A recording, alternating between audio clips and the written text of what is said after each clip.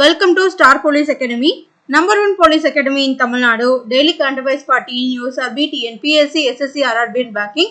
So இன்றைய நடப்பு நிகழ்வுகளை பார்க்கலாம். So first இந்த நியூஸ், அரசுமுறை பயணமாக இந்தியா வந்துள்ள பூட்டான் பிரதமர் ஷெரீப் டோப்கே, சரிங்களா? ஷெரீப் டோப்கே குடியரசுத் தலைவர் திரௌபதி முர்முவை டெல்லியில சந்திச்சிருக்காரு. ஸோ இவர் எந்த நாட்டுக்காரர் அப்படின்னு பார்த்தீங்கன்னா பூட்டானோட பிரதமர் தான் வந்து பார்த்தீங்கன்னா இங்கே நம்மளோட பிரசிடென்ட்டை வந்து விசிட் பண்ணுறதுக்காக வந்திருக்காங்க, பார்க்கறதுக்காக. ஸோ நெக்ஸ்ட் இந்த நியூஸில் நீங்கள் நலமா. ஸோ இந்த நியூஸ் வந்து நம்ம ரிப்பீட்டடாக வந்து பார்த்துட்டே தான் இருப்போம்.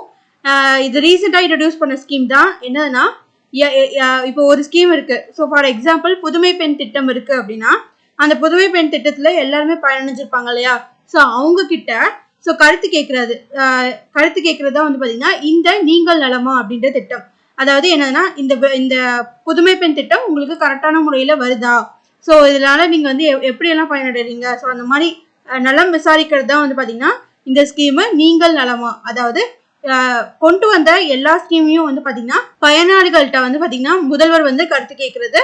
ஸோ அதுதான் இந்த நியூஸ், சரிங்களா? ஸோ இதில் இந்த ஸ்கீமோட பேர் வந்து பார்த்தீங்கன்னா நீங்கள் நலமா அப்படின்ற இந்த திட்டம், சரிங்களா? ஸோ நெக்ஸ்ட் இந்த நியூஸ் வந்து பார்த்தீங்கன்னா சென்னையில் 4 காவல் நிலையங்களுக்கு ISO தரச் சான்றிதழ் அப்படின்னு சொல்லியிருக்காங்க. ஸோ கிரேட்டர் சென்னை கார்பரேஷன் அங்கே வந்து பார்த்தீங்கன்னா 4 காவல் நிலையங்களுக்கு ISO தரச் சான்றிதழ் வந்து கிடைச்சிருக்கு அப்படின்னு சொல்லியிருக்காங்க, சரிங்களா? ஸோ இதில் வந்து பார்த்தீங்கன்னா எது இருக்குது அப்படின்னு பார்த்தீங்கன்னா கிண்டி, வேளச்சேரி, நீலாங்கரை, தரமணி இந்த 4 காவல் நிலையங்களுக்கு தான் வந்து பார்த்தீங்கன்னா ISO தரச் சான்றிதழ் வந்து கொடுத்துருக்காங்க. ஸோ இது மட்டும் நீங்கள் தெரிஞ்சுக்கிட்டீங்கன்னா போதும். வேற இதில் எதுவும் முக்கியமானதில்லை. கிண்டி, வேளச்சேரி, நீலாங்கரை, அதுக்கப்புறம் வந்து பார்த்தீங்கன்னா தரமணி. ஸோ நெக்ஸ்ட் இந்த நியூஸ்ல வந்து பார்த்தீங்கன்னா 7 கட்டங்களாக மக்களவை தேர்தல் தமிழகத்துல ஏப்ரல் 19, அதாவது தமிழ்நாடு ஃபுல்லாவே நமக்கு வந்து பார்த்தீங்கன்னா அன்னைக்கே எல்லா இடத்துலையுமே ஆல் 38 டிஸ்ட்ரிக்ட்லயும் பார்த்தீங்கன்னா ஸோ எலெக்ஷன் வந்து நடக்கும். ஸோ வாக்குப்பதிவு வந்து எண்ணிக்கை அப்படின்னு பார்த்தீங்கன்னா ஜூன் 4 அன்னைக்கு ஸோ எல்லா போல் இதுவும் வந்து பார்த்தீங்கன்னா எண்ணுவாங்க. ஸோ அதை தான் வந்து இங்கே கொடுத்துருக்காங்க. ஸோ தமிழ்நாட்டில் நமக்கு என்ன தேவைப்படுது அப்படின்னா ஏப்ரல் 19 ஸோ தமிழ்நாடு எல்லா ஏரியாலையுமே வந்து எலெக்ஷன் வந்து நடக்குது. ஸோ அது மட்டும் இல்லாமல் விளவங்கோடு அப்படின்ற இந்த தொகுதிக்கு வந்து பார்த்தீங்கன்னா பை எலெக்ஷன் வந்து நடக்குது. ஸோ இதையும் வந்து ஞாபகம் வச்சுக்கோங்க, தமிழ்நாட்டில் இந்த பிளேஸ்க்கு மட்டும். ஸோ இதில் இங்கே டேட்ஸ்லாம் கொடுத்துருக்காங்க, நமக்கு அதெல்லாம் தேவையில்லை. ஸோ எத்தனை கோடி வாக்காளர்கள் இருக்காங்க அப்படின்றத பார்த்துக்கோங்க. நம்மளோட பாப்புலேஷன் 140 கோடி.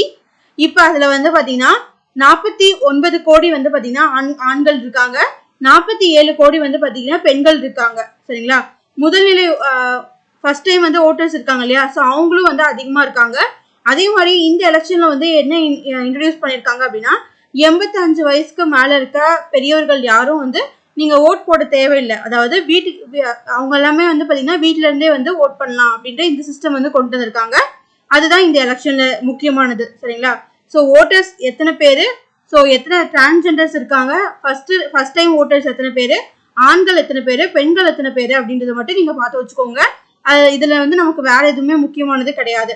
அதே மாதிரி ராஜீவ்குமார் வந்து பார்த்தீங்கன்னா இவர் யாருன்னா சீஃப் எலெக்ஷன் கமிஷனர், இங்கே சென்டரில் இருக்கவர்.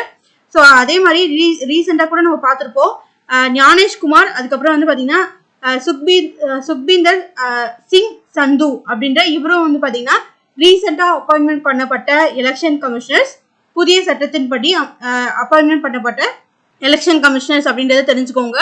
ஸோ இதில் நமக்கு வேற எதுவும் முக்கியமான நியூஸ் கிடையாது. ஸோ கொஸ்டின் கேட்கணும்னா எந்த இடத்துல வந்து பார்த்தீங்கன்னா ரீசெண்டாக பை எலெக்ஷன் வந்து நடந்துச்சு அப்படின்னா விளவங்கோடு. ஸோ அதை மட்டும் நீங்கள் தெரிஞ்சுக்கோங்க. ஸோ நெக்ஸ்ட் இந்த நியூஸ்ல சீனா புதிய நிலவு திட்டம் தோல்வி அப்படின்னு சொல்லியிருக்காங்க. ஸோ இங்கே பார்க்கலாம் ஹைலைட் பண்ணுது. நிலவில் ஆய்வு செய்வதற்காக சீனா அனுப்பிய 2 செயற்கைக்கோள்களை அவற்றின் சுற்றுப்பாதையில் நிலைநிறுத்தும் முயற்சி தோல்வி அடைந்தது. DROA அதுக்கப்புறம் வந்து பார்த்தீங்கன்னா DROB ஆகிய அந்த 2 செயற்கைக்கோள்களும் யுயன்ஷெங் 1S ராக்கெட் மூலம் சிச்சுவான் மாகாணம் சிசாங் ஏவுதளத்திலிருந்து புதன்கிழமை விண்ணில் ஏவப்பட்டன அப்படின்றத மட்டும் பார்த்துக்கோங்க. ஸோ அந்த ராக்கெட் அந்த 2 சேட்டலைட்டோட நேம் வந்து பார்த்தீங்கன்னா இங்கே இருக்கு DROA, அதுக்கப்புறம் வந்து DROB அப்படின்ற இந்த இது. ஸோ சேட்டலைட்டோட நேம் இது. அதே மாதிரி ராக்கெட்டோட நேம் வந்து பார்த்தீங்கன்னா யுயன்ஷெங் 1S. ஸோ எந்த மாகாணத்திலேருந்து அனுப்பப்பட்டிருக்கு அப்படின்னா சிசுவான் மாகாணம். ஸோ எந்த ஏவுதளம் அப்படின்னு பார்த்தீங்கன்னா சிஷாங் அப்படின்ற ஏவுதளம். ஸோ இதை மட்டும் நீங்கள் தெரிஞ்சுக்கிட்டீங்கன்னா போதும். ஸோ நெக்ஸ்ட் இந்த நியூஸில் வந்து பார்த்தீங்கன்னா ராணுவத்தின் முதல் அப்பாச்சி ஹெலிகாப்டர் படைப்பிரிவு. ஸோ முதல் அப்படின்னாலே இந்த நியூஸ்க்கு நம்ம இம்பார்ட்டன்ஸ் கொடுக்கணும். இங்கே பார்க்கலாம் அமெரிக்காவின் போயிங் நிறுவனம் ராணுவ பயன்பாட்டுக்கான அப்பாச்சி ஹெலிகாப்டர்களை தயாரிக்கிறது. இந்த ஹெலிகாப்டர்கள் பறக்கும் பீரங்கி என்றும் அழைக்கப்படுகிறது அப்படின்றதையும் தெரிஞ்சுக்கோங்க. சரிங்களா? ஸோ இதில் நமக்கு வேற எதுவும் முக்கியமானது இல்லை. இது வந்து கேட்டாங்கன்னா மெயின்ஸ் டாபிக்ல தான் இதோட இலக்கு வந்து எவ்வளோ இதில் வந்து அழிக்கக்கூடியது. ஸோ ஒரு நிமிடத்துல 128 இலக்குகளை வந்து தாக்கி அழிக்க முடியும் இதால. இதையும் தெரிஞ்சுக்கோங்க. இது வந்து பறக்கும் பீரங்கி அப்படின்னு சொல்லுவாங்க. அப்பாச்சி ஹெலிகாப்டரை வந்து பறக்கும் பீரங்கின்னு சொல்லுவாங்க, பார்த்துக்கோங்க. ஸோ நெக்ஸ்ட் இந்த நியூஸ்ல வந்து பாத்தீங்கன்னா வலிமை சேர்க்கும் அக்னி 5. ஸோ இதுவும் வந்து ஒரு மெயின்ஸ் கண்டென்ட் தான். ஸோ நம்ம ரீசெண்டாக கூட பார்த்துருப்போம். அக்னி 5 வந்து பாத்தீங்கன்னா திவ்யாஸ்திரா அப்படின்ற திட்டத்துக்கு கீழே தான் வந்து பாத்தீங்கன்னா இயங்கிட்டு வருது. ஸோ இந்த அக்னி 5 வந்து பாத்தீங்கன்னா ரீசெண்டா ட்ரையல் வந்து பண்ணிருப்பாங்க DRDO. இது வந்து பாத்தீங்கன்னா இண்டிஜினஸ்லி, அதாவது உள்நாட்டிலேயே தயாரிக்கப்பட்டது. யாரால அப்படின்னு பாத்தீங்கன்னா DRDOவால தயாரிக்கப்பட்டது. ஸோ இதை வந்து தெரிஞ்சுக்கணும். அதே மாதிரி இங்க கொடுத்துருக்காங்க பாருங்க. நம்ம இப்பதான் சொன்னோம் திவ்யாஸ்திரா அப்படின்ற திட்டம் சொன்னோம். DRDO தான் வந்து பாத்தீங்கன்னா இதை வந்து நடத்திருக்காங்க அப்படின்றது. ஸோ அது மட்டும் இல்லாம இங்க பாத்தீங்கன்னா இந்த அக்னி 5 வந்து எங்க வந்து லான்ச் பண்ணியிருந்தாங்க அப்படின்னு பாத்தீங்கன்னா doctor APJ Abdul Kalam island ஒடிஷால இருந்து லான்ச் பண்ணியிருந்தாங்க. ஸோ அது மட்டும் இல்லாம அக்னி 5 ஏவுகணை திட்டத்தை தலைமையேற்று நடத்தியவர் யாரு அப்படின்னா ஷீனா ராணி அப்படின்ற பெண் இயக்குனர் என்பதும் அவரது குழுவில் இருந்தவர்கள் பலரும் பெண்கள் என்பதும் தான் அதன் தனி சிறப்பு அப்படின்றதையும் பார்த்துக்கோங்க. ஸோ இது வந்து கண்டிப்பா கேட்கப்படலாம் அக்னி 5. ஸோ பார்த்து வச்சுக்கோங்க. அதோட ப்ராஜெக்ட் டைரக்டர், சரிங்களா? ஸோ அந்த ஹெட் வந்து யாரு அப்படின்னு பாத்தீங்கன்னா ஷீனா ராணி. நம்ம இப்பதான் சொன்னோம் உள்நாட்டிலேயே தயாரிக்கப்பட்டது DRDOவால அப்படின்றது. ஸோ அதே மாதிரி இங்க ஒரு டெக்னாலஜி இருக்கு பாருங்க, MIRV அப்படின்ற இந்த டெக்னாலஜி. அப்படின்னா என்ன அப்படின்னு பாத்தீங்கன்னா நம்ம இப்ப வந்து ஒரு இலக்கை வந்து அழிக்கிறதுக்காக நம்ம அதை செலுத்துறோம். திரும்ப அந்த இலக்கை அழிச்சிட்டு திரும்ப வந்து நம்மகிட்டே வந்துடும். ஸோ அதுதான் வந்து பாத்தீங்கன்னா MIRV டெக்னாலஜி அப்படின்றது. ஸோ அதை தான் இங்க கொடுத்துருக்காங்க. ஸோ இந்த அக்னி 1ல இருந்து 4 வரைக்கும் இருக்கிற இதெல்லாமே பாத்தீங்கன்னா ஸோ இலக்கை மட்டும் தாக்கிட்டு வர்றது. ஆனா அக்னி 5 வந்து இலக்கை தாக்கிட்டு நம்ம எங்க இருந்து செலுத்தணுமோ திரும்ப நம்ம கிட்டே வந்து சேரும். ஸோ அதுதான் வந்து இதோட ஸ்பெஷாலிட்டி அப்படின்றத இங்க கொடுத்துருக்காங்க. ஸோ அதோட எவ்வளோ இலக்குகளை போய் தாக்கும் அப்படின்னு பாத்தீங்கன்னா 5000 கிலோமீட்டர் வரைக்கும் அந்த இது வந்து போகும் அப்படின்னு சொல்லியிருக்காங்க, அதாவது அக்னி 5. ஸோ இதில் இது மட்டும் நீங்க பாத்துக்கிட்டீங்கன்னா போதும். So next question and answer. So first கொஸ்டின்குள்ள போகலாம்.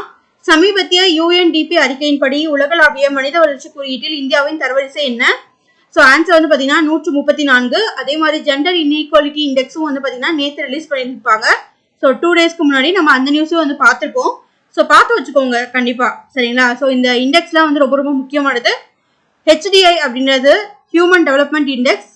ஸோ இது வந்து பாத்தீங்கன்னா UN தான் வந்து ரிலீஸ் பண்றாங்க. So UNDP. ஸோ இதுல வந்து இந்தியா வந்து எத்தனாவது ரேங்கிங்ல இருக்குன்னா 134வது இடத்துல இருக்கு. Next news. ஃபினான்ஷியல் இயர் 25க்கான இந்தியாவிற்கான ஃபிட்ச்சின் திருத்தப்பட்ட GDP கணக்கு என்ன? ஸோ ஆன்சர் வந்து பாத்தீங்கன்னா 7%. Next news. ஃபின்டெக் சுற்றுச்சூழல் மேம்பாட்டுக்காக இந்தியா எந்த நிறுவனத்துடன் 23 மில்லியன் கடனில் கையெழுத்திட்டது? ஆசிய வளர்ச்சி வங்கி. ஸோ இதை நம்ம பார்த்துருப்போம். ஏசியன் டெவலப்மெண்ட் பேங்க் எங்க இருக்குன்னா மணிலா பிலிப்பைன்ஸ்ல இருக்கு. Next news. இந்த நியூஸ் நம்ம நேற்று பார்த்துருப்போம். 2024 ரஞ்சி கோப்பையை வென்ற அணி எது? ஸோ ஃபர்ஸ்ட் ரஞ்சி கோப்பை வந்து எந்த விளையாட்டுடன் தொடர்புடையது அப்படின்றது உங்களுக்கு தெரியணும். So cricket. ஸோ இது வந்து இந்த வருஷம் வந்து 2024 ரஞ்சி கோப்பையை வென்ற அணி எதுனா மும்பை. Next news. ஒரே நாடு ஒரே தேர்தல் என்ற உயர்மட்ட குழுவிற்கு தலைமை தாங்குபவர் யார்? ஸோ ஆன்சர் வந்து பாத்தீங்கன்னா எக்ஸ் பிரசிடென்ட் ராம்நாத் கோவிந்த் அவர்கள். ஸோ அவர் வந்து ரீசெண்டா 18,000 பேஜ் கொண்ட அந்த ரிப்போர்ட்டை இப்போ இருக்க பிரசிடென்டான திரௌபதி முர்மு அவர்கள் கிட்ட சப்மிட் பண்ணியிருக்காரு. ஸோ அதுல நம்ம ரெக்கமெண்டேஷன்ஸும் வந்து சிலதெல்லாம் பார்த்தோம். ஸோ அதையும் பார்த்து வச்சுக்கோங்க. கண்டிப்பா அது வந்து மெயின்ஸ்க்கு வந்து தேவைப்படும். ஸோ 2029 எலெக்ஷன்ல இருந்து தான் வந்து பாத்தீங்கன்னா அது வந்து அமலுக்கு வரும் அப்படின்ற மாதிரி சொல்லியிருக்காங்க. 1 நேஷன் 1 எலெக்ஷன். ஸோ பார்ப்போம் பொறுத்து இருந்து. Next news. PM சுராஜ் தேசிய போர்ட்டலின் நோக்கம் என்ன? ஸோ ஆன்சர் வந்து பாத்தீங்கன்னா பின்தங்கிய பிரிவுகளின் தொழில் முனைவோரை மேம்படுத்துதல். ஸோ அதுதான் வந்து இதோட எய்ம். அதாவது இங்கிலீஷ்ல வந்து பாத்துக்கோங்க, empowering entrepreneurs of disadvantaged sections அப்படின்றது தான் இதோட மீனிங். Next news. ஐக்கிய நாடுகள் மேம்பாட்டு திட்டத்தால் வெளியிடப்பட்ட பாலின சமத்துவமின்மை குறியீட்டு 2022 இந்தியாவின் தரவரிசை என்ன? ஸோ ஆன்சர் வந்து பாத்தீங்கன்னா 108. ஸோ 2022க்கான இதுவே வந்து இப்பதான் ரிலீஸ் பண்றாங்க. ஸோ பாத்துக்கோங்க. Next news. உலக பொருளாதார மன்றத்தின் AI மையம் எங்கு நிறுவப்படும்? ஸோ ஆன்சர் வந்து பாத்தீங்கன்னா கர்நாடகா. Next news. இந்தியாவிற்கும் பிரேசிலுக்கும் இடையிலான முதல் அரசியல் மற்றும் ராணுவ உரையாடல் எங்கு நடைபெற்றது? ஸோ ஆன்சர் வந்து பாத்தீங்கன்னா ஃபர்ஸ்ட் அப்படின்றனால அந்த நியூஸ்க்கு இம்பார்ட்டன்ஸ் கொடுக்கணும். ஸோ ஆன்சர் வந்து பார்த்தீங்கன்னா ஆப்வியஸாக எங்கே நடக்கும்னா புதுடெல்லியில்.